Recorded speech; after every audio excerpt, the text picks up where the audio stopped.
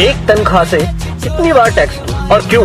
जवाब है, मैंने 30 दिन काम किया, तनख्वाह ली, टैक्स दिया, मोबाइल फोन खरीदा, टैक्स दिया, रिचार्ज किया, टैक्स दिया, डेटा लिया, तब टैक्स दिया, बिजली ली, फिर टैक्स दिया, घर लिया, टैक्स दिया, टीवी फ्रिज आदि लिए, टैक्स दिया, कार ली, टैक्स दिया, पेट्रोल लिया, फिर टैक्स दिया, सर्विस करवाई, टैक्स दिया, रोड पर चला, फिर भी टैक्स दिया, टोल पर फिर टैक्स दिया, लाइसेंस बनवाया, टैक्स दिया, गलती की तो टैक्स दिया, रेस्टोरेंट में खाना खाया तो टैक्स दिया, पार्किंग का टैक्स दिया, पानी लिया उस पर टैक्स दिया, राशन खरीदा उस पर भी टैक्स दिया, कपड़े जूते किताबें ली उस पर भी टैक्स दिया, टॉयलेट गया उस पर भी टैक्स दिया, दवाई ली तो भी टैक्स दिया, गैस ली टैक्स दिया, सैकड़ों और चीजें ली और टैक्स दिया, कहीं फीस दी, कहीं बिल, कहीं ब्याज दिया, कहीं जुर्माने के नाम पर तो कहीं रिश्वत के नाम पर पैसे देने ही पड़े।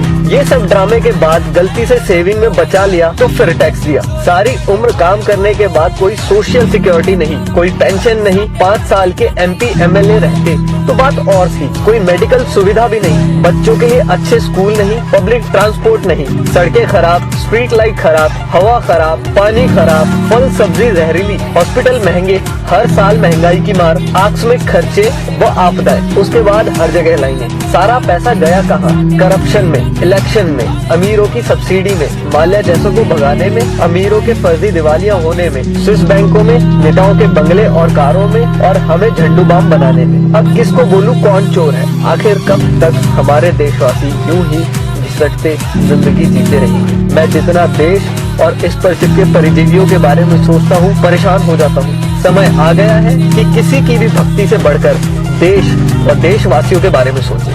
प्लीज इस वीडियो को शेयर करके देश के हर नागरिक तक पहुंचाएं। धन्यवाद।